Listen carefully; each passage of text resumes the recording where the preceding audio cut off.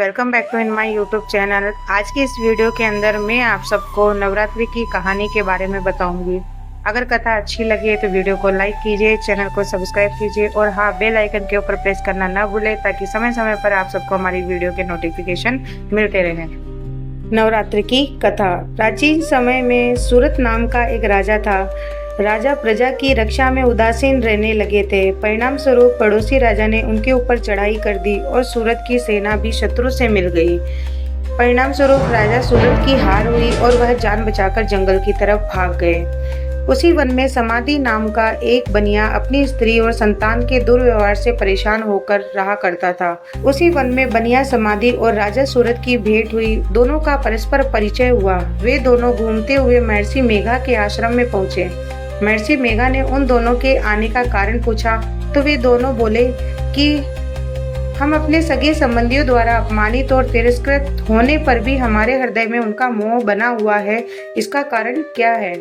तो महर्षि ने कहा कि महर्षि मेघा ने उन्हें समझाते हुए, मन शांति के अधीन होता है और आदि शक्ति के अविद्या और विद्या दो रूप होते हैं। विद्या ज्ञान स्वरूप होता है और अविद्या अज्ञान स्वरूप होता है। जो व्यक्ति अज्ञान के आदिकरण स्वरूप में उपासना करते हैं उन्हें वे विद्या स्वरूप का प्राप्त होकर मोक्ष प्रदान करती है।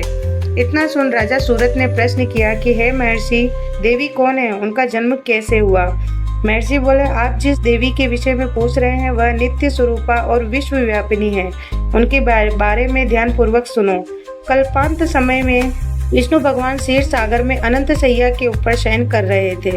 तब उनकी दोनों कानों से मधु और केटभ नामक दो दैत्य उत्पन्न हुए। वे दोनों विष्णु की नाभि कमल से उत्पन्न ब्रह्मा जी को मारने दौड़े। ब्रह्मा जी ने उन दोनों राक्षसों को देखकर विष्णु जी की शरण में जाने की सोची। उस समय सो रहे थे। तब उन्होंने भगवान विष्णु को जगाने हेतु उनके नयनों में निवास करने वाली योग निद्रा की स्तुति की। परिणाम स्वरूप तमोगुण अधिष्ठानी देवी विष्णु भगवान के नेत्र, नासिका, मुख तथा हृदय से निकलकर ब्रह्मा जी के सामने उपस्थित हो गई और योग निद्रा से निकलते ही विष्णु भगवान उठकर बैठ गए। भगवान विष्णु और उन राक्षसों में 5000 साल तक युद्ध चलता रहा। अंत में मधु और केटभ दोनों राक्षस मारे गए। ऋषि ने कहा कि अब ब्रह्मा जी की स्तुति से उत्पन्न महामाया देवी की वीरता और भाव का वर्णन करता हूँ, उन्हें ध्यानपूर्वक सुनना। एक समय देवताओं के स्वामी इंद्र और दैत्यों के स्वामी महिषासुर में सैकड़ों वर्षों तक घनघोर संग्राम होता रहा।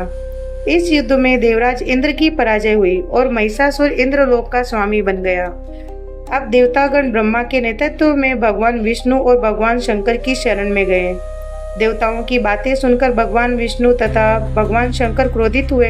भगवान विष्णु के मुख में तथा ब्रह्मा जी और शिव जी तथा इंद्र आदि के शरीर से एक तेज पुंज निकला, जिससे समस्त दिशाएं जलने लगी और अंत में यही तेज पुंज एक देवी के रूप में परिवर्तित हो गया। देवी ने सभी देवताओं से आयुध एवं शक्ति प्राप्त करके उच्च स्वर में आह्वान किया, जिससे तीनों लोकों में हलचल मच गई। महिषासुर अपनी सेना लेकर इस सिंहनाद की ओर दौड़ा। उसने देखा कि देवी के प्रभाव से तीनों लोक अलौकिक हो रहे हैं। महिषासुर की देवी के सामने एक भी न चली और वह देवी के हाथों मारा गया। आगे चलकर यही देवी शुंभ निशुंभ राक्षसों का वध करने के लिए गौरी देवी के रूप में अवतरित हुई। इस उपरोक्त व्याख्यान को सुनाकर मेघा ऋषि ने राजा सूरत तथा बनिए से देवी स्तवन की विधिवत व्याख्या की।